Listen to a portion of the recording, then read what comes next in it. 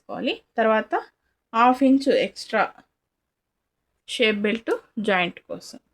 ఓకేనా, ఇక్కడ ఒక లైను.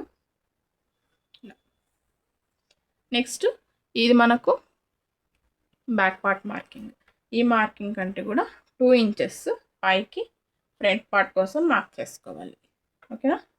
నెక్స్ట్ ఇటువైపు అంటే ఉక్స్ పట్టి కాజా పట్టి వైపు ఫ్రంట్ పార్ట్ పొడవు కంటే కూడా ఒక 1.5 ఇంచ్ అనేది పైకే ఉండాలి. ఓకేనా. మనకి ఇక్కడ 13.5 ఉంది కదా, ఇటువైపు 12 మార్క్ చేసుకోవాలి. ఓకేనా.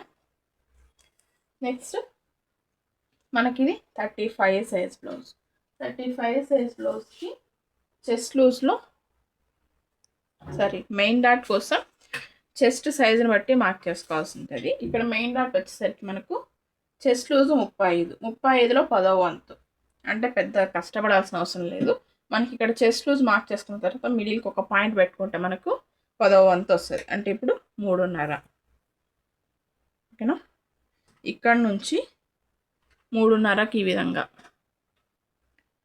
ఇక్కడ మెయిన్ డాట్ కోసం మార్క్ చేసుకోవాలి. తర్వాత ఇదే విధంగా మీకు చెస్ట్ లూజ్ ఎంతైతే ఉంటుందో దాంట్లో 10వ వంతు ఇక్కడ నుంచి మార్క్ చేసుకోవాలి ఇలా. ఓకేనా. తర్వాత మెయిన్ డాట్ వెడల్పు వచ్చేసరికి మార్కింగ్ అటువైపు 1 ఇంచు, ఇటువైపు 1 ఇంచు, ఏ సైజ్ అయినప్పటికీ. ఓకే. నెక్స్ట్ ఇలా మిడిల్కి ఒక మార్క్ చేసుకొని డాట్ పొడవు వచ్చేసరికి 2.5. ఇది కూడా చేంజ్ అవ్వదు. ఇప్పుడు ఈ మార్కింగ్ ఇలా కలిపేసుకోవాలి. నెక్స్ట్ ఇక్కడ